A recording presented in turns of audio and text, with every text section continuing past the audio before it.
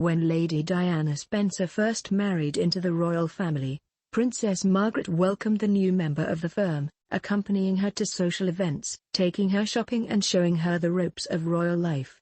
"I've always adored Margot, Princess Margaret. I love her to bits, and she has been wonderful to me from day one," the young Princess of Wales once told her biographer Andrew Morton.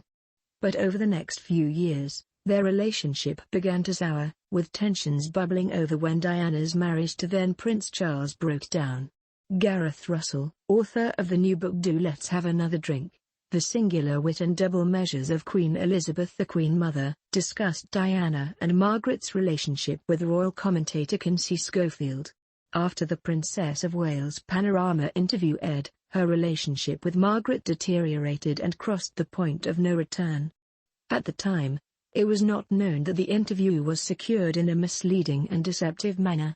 Speaking on Schofield's Today for Daily podcast this week, Mr. Russell said, "From the day and moment the Panorama interview went live, Margaret actually stopped referring to her, Diana, for a long time, even by her name. She just referred to her as the girl my nephew married." Despite their strained relationship, Diana and Margaret remained neighbors at Kensington Palace.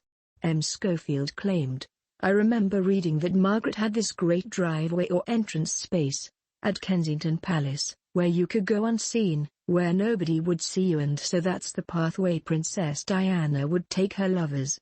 But Margaret was always watching, so, while Diana thought she was being super sneaky and getting people through the door, and nobody was going to know about whoever it was, Princess Margaret was peering through the window like, 'I can see you.'"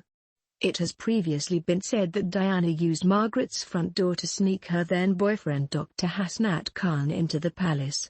According to Paul Burrell, the princess butler, there was a strict routine for Dr. Khan when visiting Diana. In his book, There Way We Were, Mr. Burrell said one of his duties was to make sure the relationship was hidden. He continued, "I would pick him up in the BMW in a dark corner of a cobbled, quiet mews, an agreed meeting place. As we approached the palace, he'd climb into the back seat, grab the tartan rug, lie flat and pull it over himself. The policeman on the gates waved me through." The princess' former right-hand man claimed that instead of driving directly to the front door of Diana's quarters at the palace, Mr. Burrell would take Dr. Khan to Princess Margaret's front door. He said it was the ideal spot to take secret guests because the Queen's younger sister had insisted no CCTV camera were to monitor her front door.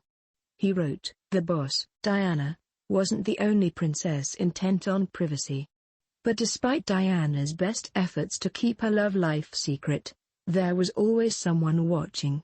Mr. Burrell explained that the sound of a car engine always brought a twitch from Margaret's curtains at apartment 1A, opposite Diana's home in apartments 8 and 9.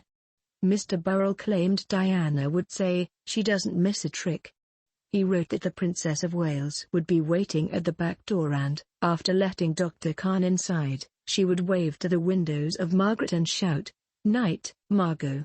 Diana is said to have been devastated by Margaret's hostility, something that did no